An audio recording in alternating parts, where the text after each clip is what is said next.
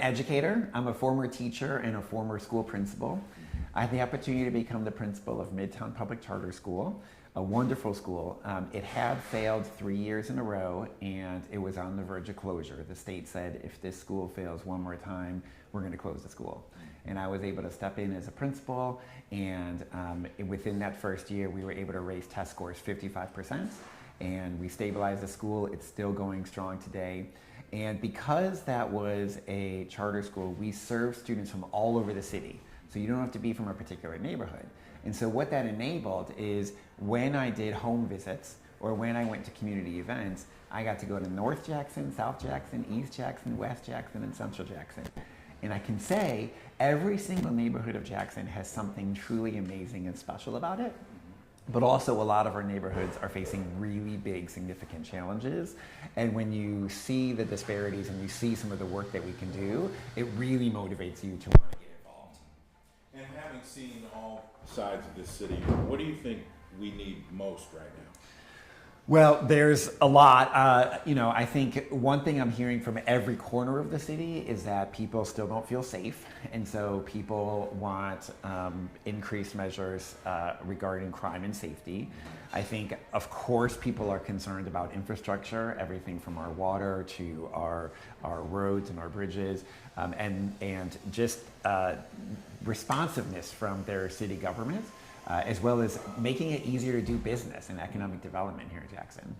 And as a new potential candidate, first time running for office, how do you deliver on some of those things? What do you think needs to happen to make those things get to constituents?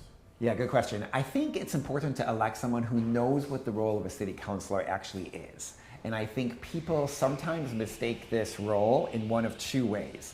First, they think that the council person is the king or queen of their ward, and whatever they say through some kind of dictatorship or some kind of magic wand will just become in existence. And that is not, unfortunately, the role of a city councilor. But on the other hand, some people say, well, we have a strong mayoral system, so there's nothing city councilors can do, so I'm just going to sit back and do nothing. Neither one of those is true. The city councilor does have an important role. It's bringing people together. It's connecting the dots. It's connecting with experts, strategizing, and delivering results. And you kind of hit on something, to be quite honest. Most people rely on whoever they elected and they kind of wash their hands and move on. Why is there such a gap? As you've spoken to a lot of different people from different parts of the city, why is there such a gap between understanding the civics of what happens, our responsibility as citizens? Why do you think that happens? Is it people have too much? Certainly people are busy, and you have to account for that, but there's also an information gap, and we need to do a better job of educating people.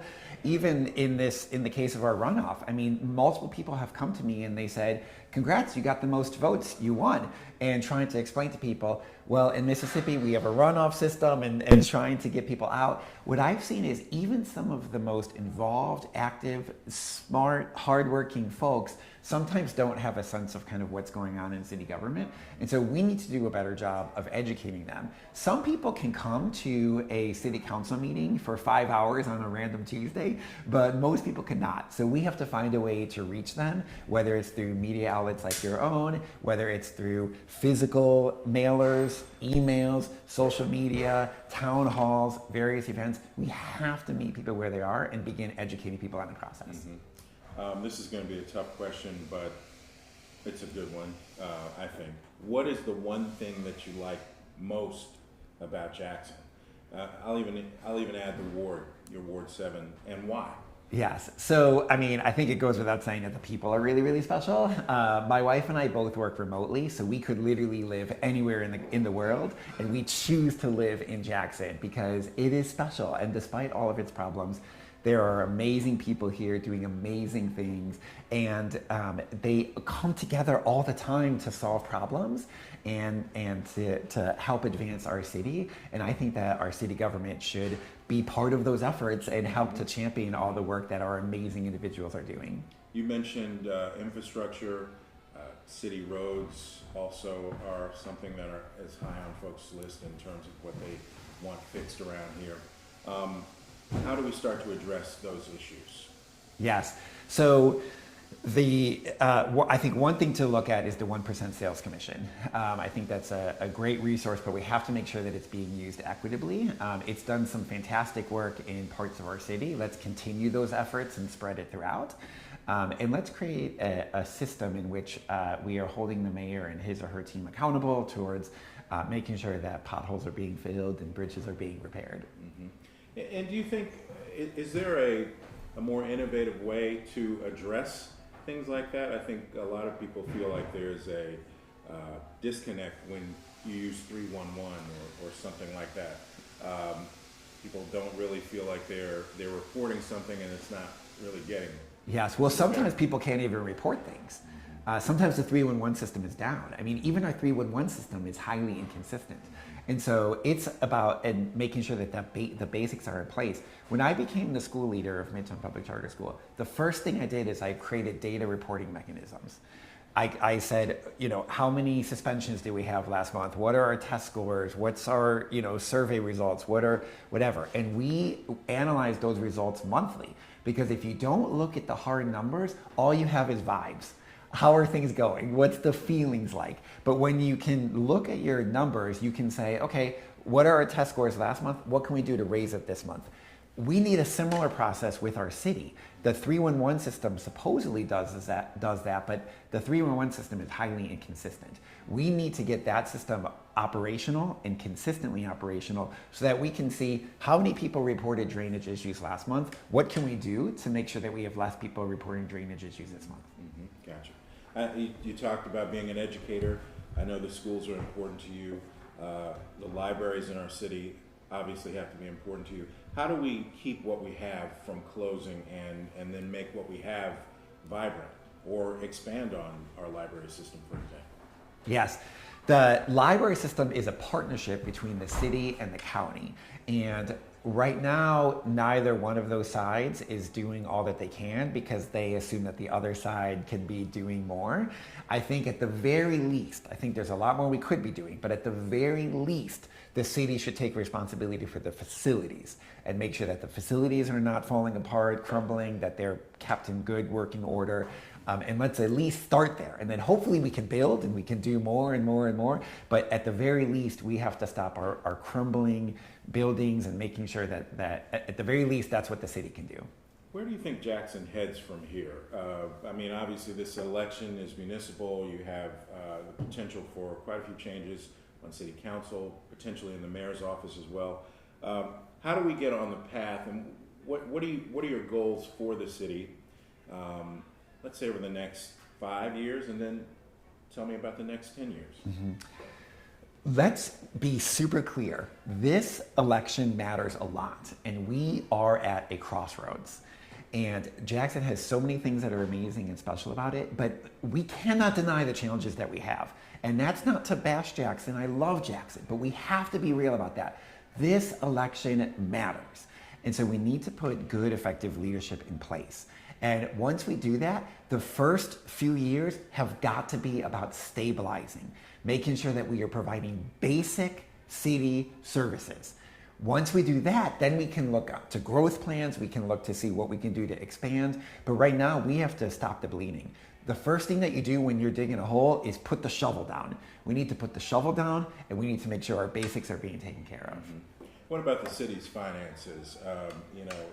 It appears that there's a lot of disinvestment over the years historically in Jackson. We see our surrounding areas maybe with some of the amenities that really should be in our city. How do we begin to attract those things back to Jackson or bring new, business, new ideas and new concepts for people to enjoy as their citizens who live here?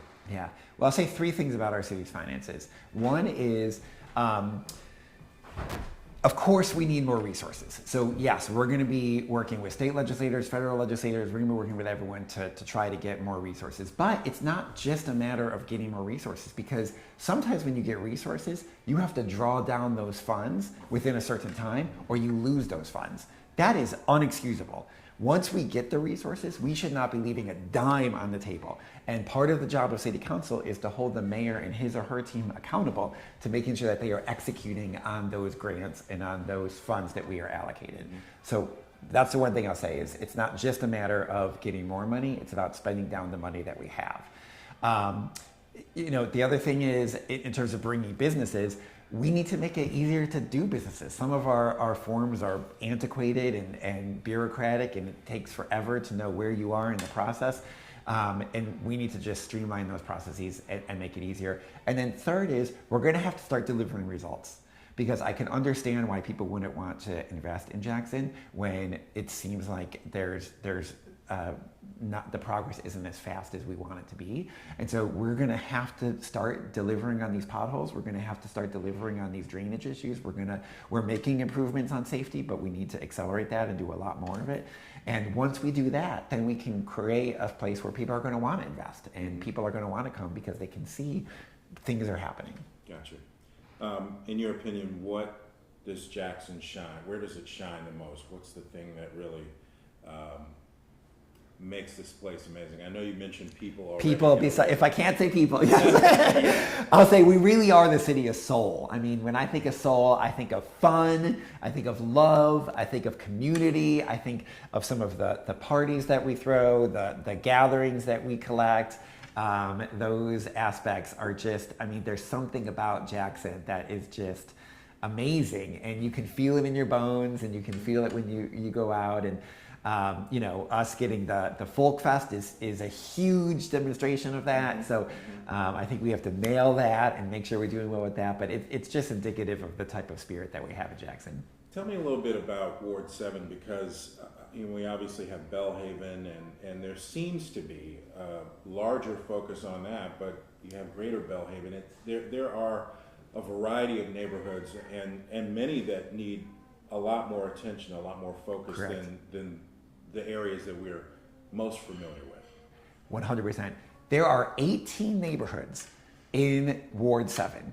I think a lot of people think of Ward 7 exclusively as Bellhaven, maybe Bellhaven and Fondren, and sure enough, those are important parts of our neighborhood. But Ward 7 includes LoHo, Midtown, Battlefield Park, Downtown, Ferris Street, Kimbrough Heights, Alton Woods. It goes all the way south to Byram.